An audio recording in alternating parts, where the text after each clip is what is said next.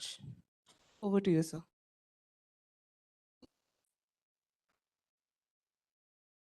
Good afternoon.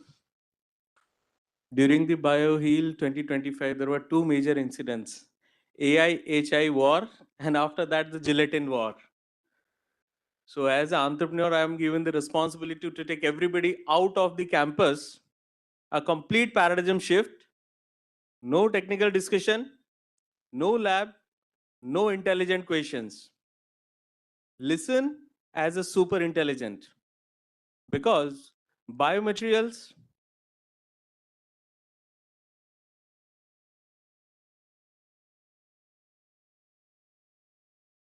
Can somebody help me, please?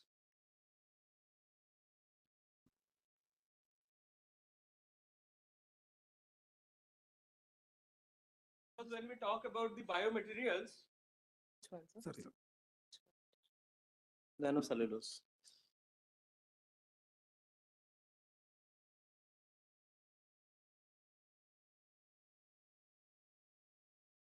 Because when we talk about the biomaterials, most of the talks about the lab scales, academia. So in this particular session for another 20 minutes or half an hour, whatever is the time, we will be away from the labs and we will enter into a plant, industrial plant. As an entrepreneur, what challenges you can see? As a academic student, as a scholars, whatever you are trying to develop here, how it will perform in the real life? Whatever your papers you are publishing, will it be produced in a plant? If it will be produced, what will be the challenges? So what you should focus? I will start with a new question today. Not about what research you are trying to generate here. A new question. Sustainable health. What is sustainable health? Whatever medicines we are providing, they are producing a lot of waste. Still the pharma industry in the red category of the pollution. So there are so many things we need to talk about, we need to address, but only when we come out of the lab.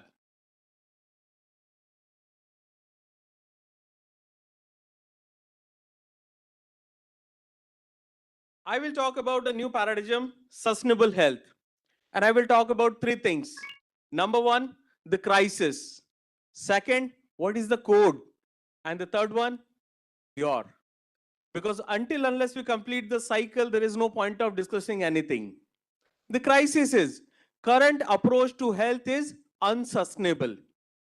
Why I'm talking about sustainable health?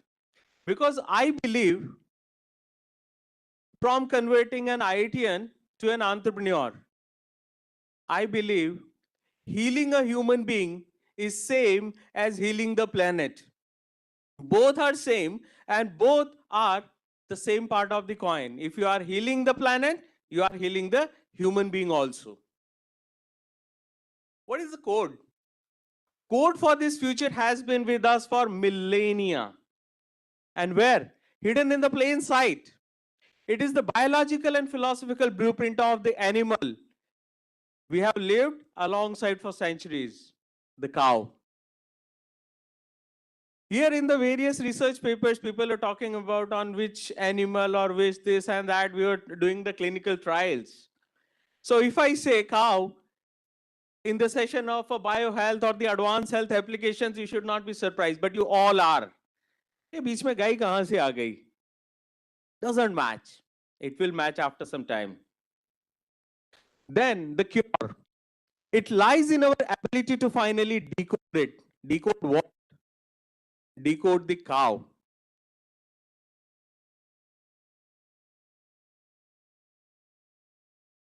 There are two books in my hand. One is Cowism, the confluence of Sanatan, science, and sustainability. And that is the another one is the Hindi anuvad of it, Gauvad. Sanatan Vigyan or Satyata, sustainability ka Sangam.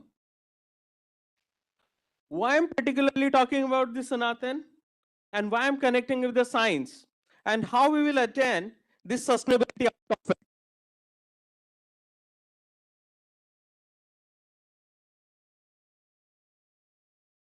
I will give you a new print, the bovine blueprint.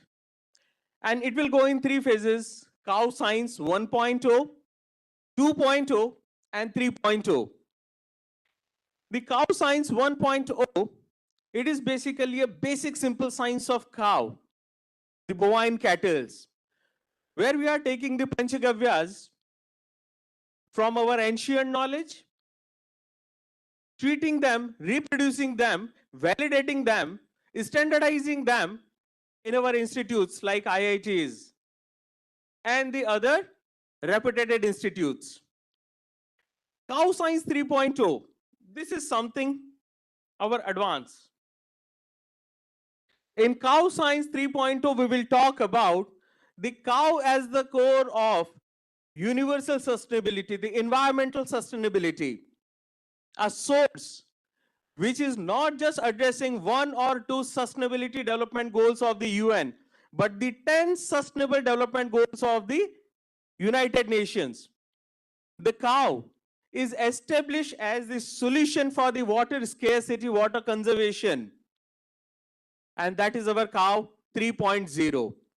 But because it's the platform of BioHeal 2025, I will more focus on the cow science 2.0. That is basically an engine of revolution in the materials.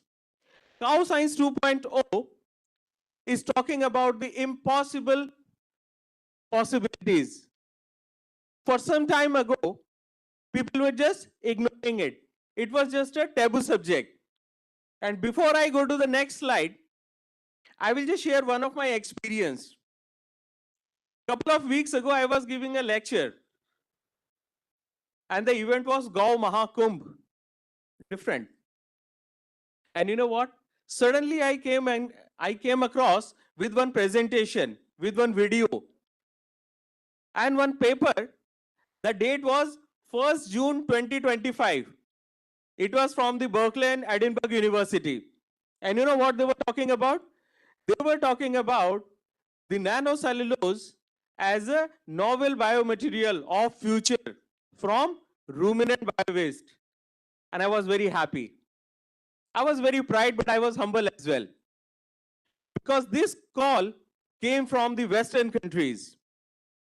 And I was so happy because being an IIT Bombay alumni, we had been manufacturing it commercially for last 4 years.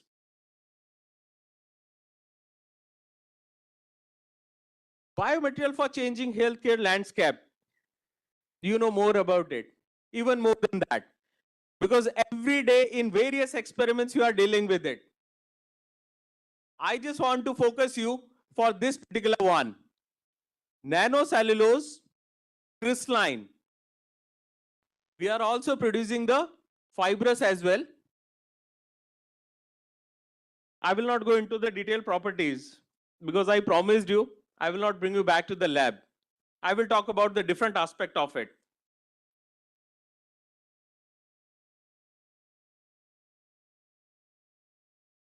Nanocellulose has the different properties. Why I am particularly showing this slide?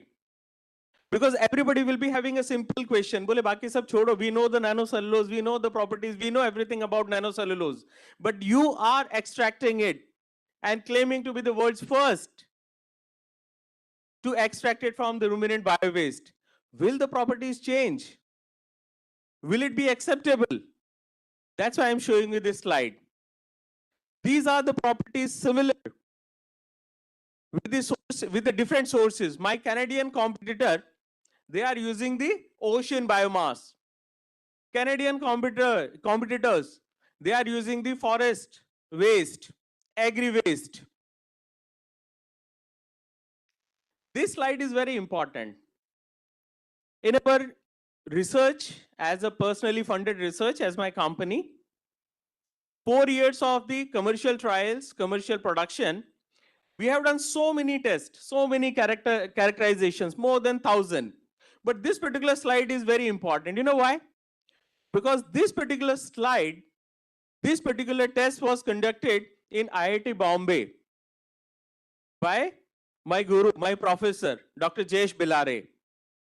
And when he produced the report, he just wrote here, the FTIR spectrum indicates that your nanocellulose sample, this word your is very important.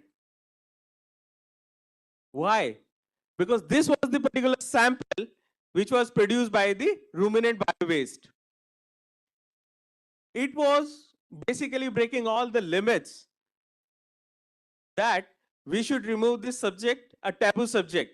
Ruminant bio-waste can be the future source, the major source in the whole world for the nanocellulose. And you should not be hesitant enough to try such type of materials in your labs for your future healthcare applications.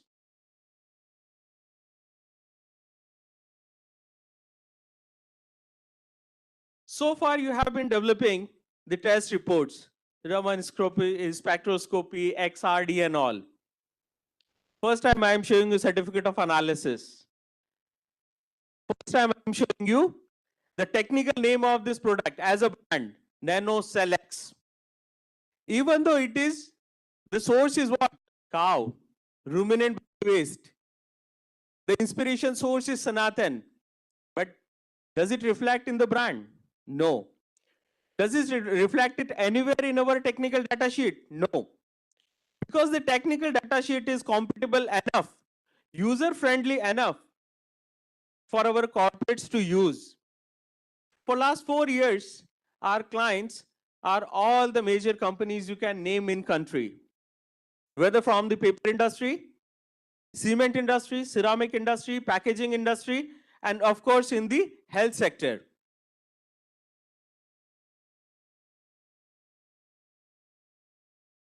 Again, this slide does not make any sense because you people are wise enough to know the applications of the nanocellulose.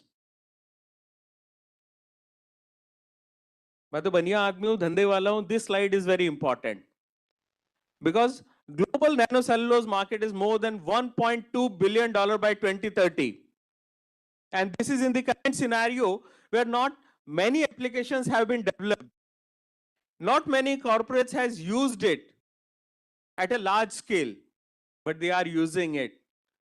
So what is the take for you in this particular institute for the research scholars, for the faculties, for the students that start working on the nanobiomaterials in any form? I particularly push on the nanocellulose. Start developing the applications which any corporate, any pharma giant, any medical sector can use them. Research वही करना जिससे 4 पैसे कमाए जा सकते हो. Patent वही लेना which you can sell it to somebody like us. People are there to pay for you, pay for the good work, pay for the intelligent and the super intelligent work. Healthcare sector, this is one of the largest segment for the nanocellulose. वो अलग बात है, हमने थोड़ा सा myth को तोड़ा है because for us the biggest sector is cement and ceramic. India is producing 200 million metric ton cement per year, which is going to increase. And you know what? If we add 0.5%, I'm talking about the maximum limit. If we add the 0.5% of the nanocellulose in the concrete, it increases the compressive strength by 35%, the flexural strength by 98%. And if only 1% of the total producers are going to use it commercially, what volume we are talking about? We are talking about 10,000 tons per year of the nanocellulose production. And what is the capacity of my plant? Nothing. I make only 1 ton per day. We are the world's third largest. But still, how much is there to go? Just only one sector. And why this particular research is important? Because it's not a research anymore. Because India has the capacity to make the nanocellulose available. मेरे वजह से हो रहा है कि किसी में problem है? Okay. Why this particular is important in India? Because India has only capacity to be the world leader for the supply of nanocellulose. Why? Number one, availability of the raw material. It's very easily available. everywhere, every part of the country. There is no geographical boundary required for that. Number two, it's a problem for country. आपदा में अवसर देखना है. Every Goshala, every people is working for it. How to find the solution? How to do the systematic disposal management system or the resource recovery of this cow dung or the solid waste. And number three, cow is basically a free of cost bioreactor for us. That is most important. As an IIT and as an academia, maybe I could not see it. That's why I brought you from your lab. Now sit outside and see. Imagine everywhere on the road, the nanoparticles, the nanocellulose is there. And our patent is basically not just about the nanocellulose. Our patent is to extract nanocellulose, carbon nanoparticle, humic acid, fulvic acid, and lignin in a single sequence from the ruminant biowaste. And when we further process the lignin at the lab scale, we have already reached to the sustainable aviation fuel. That means we have completed the entire range of the mineral value chain or the petrochemical value chain just by the cow dung. It's not like there are not challenges. You all are talking about the nanocellulose, you are using it, or maybe another nanoparticles, you are using it. The previous session, there were so many challenges and you were raising the questions. Because you are a student, you can ask any questions. But when you will come to the other side of the table, you will realize nanocellulose is very simple for you. But you know, isko dry karne mein kya ho jata hai? You cannot dry it. When you go to dry the nanocellulose, it requires all your engineering, all your research. Because as you go to dry it, it again agglomerate. And we are not talking about a lab scale. We are talking about a 1 ton per day dry powder. There was no technology available. People are using spray dry, people are using lyophilizers. You can also use them at a lab scale. But when you will go to the commercial one, nothing will work. It's useless. You have heard about this supercritical CO2 drying? How many of you heard about it? Anybody practiced? You haven't even practiced in the lab scale. We had done it at a commercial scale. And you know what? As an academia, you will challenge it. You will say, supercritical CO2 drying in an aqueous medium, not possible, not possible. Yes, you are right, it's not possible. So another challenge, how to make it possible? So again, we need to go for another method, solvent exchange. So how to do the solvent exchange? Again, up to what percentage? Message is very simple. There's a long way to travel from here to here. And keep yourself ready for that. Keep your brain open. AI, HI, nothing will work. Just only your super intelligence. Why we are ahead of our competitors? Because we use our Sanatan knowledge, our super intelligence. I see cow as a bioreactor, which is taking the feed. In the phase one, it is working as a multi-pass grinder, free of cost. No infrastructure, no power, no manpower, nothing. Secondly, then do the enzymatic reduction. Third one, whatever it consume, more or less 50%, it converted into pure lignin and pure cellulose and use that cellulose for its own consumption for the energy and whatever it is. Another 50%, it loosens the bonding of lignocellulosic material. And what I get in the return? I get the 100% lignin along with the 50% nanocellulose. We are not worried about the yield. Yield is hardly 10 to 12%. But who cares when your material is coming at free of cost? When your part process is being done at free of cost. And it's not about the yield. The mission is to make the nanocellulose available and affordable for all the advanced health applications which you are going to produce. As a company, just I'm sharing it. By 2025, we already have the commercial high grade facility.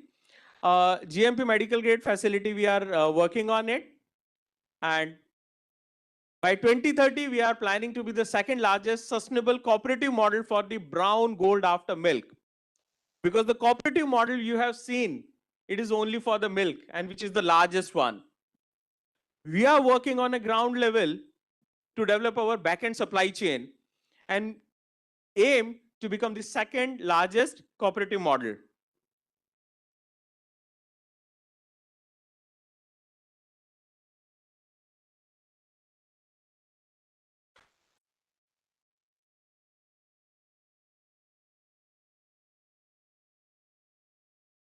What we need to do, what I am doing here, why are you listening me?